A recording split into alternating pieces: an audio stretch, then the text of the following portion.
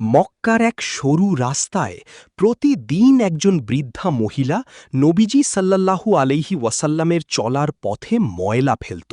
কিন্তু নবীজি সাল্লাল্লাহু আলাইহি ওয়াসাল্লাম কখনও রাগ করতেন না, কিছু বলতেন না, শুধু হাসি মুখে চলে যেতেন।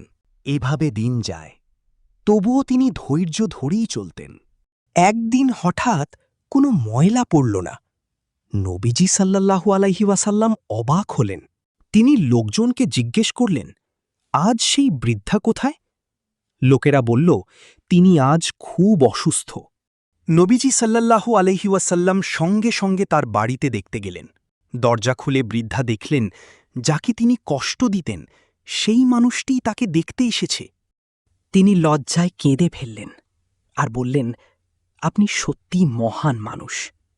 সেদিন বৃদ্ধার হৃদয় বদলে গেল। শিক্ষা হল, প্রতিশোধ নয়, দয়া মানুষকে জয় করে।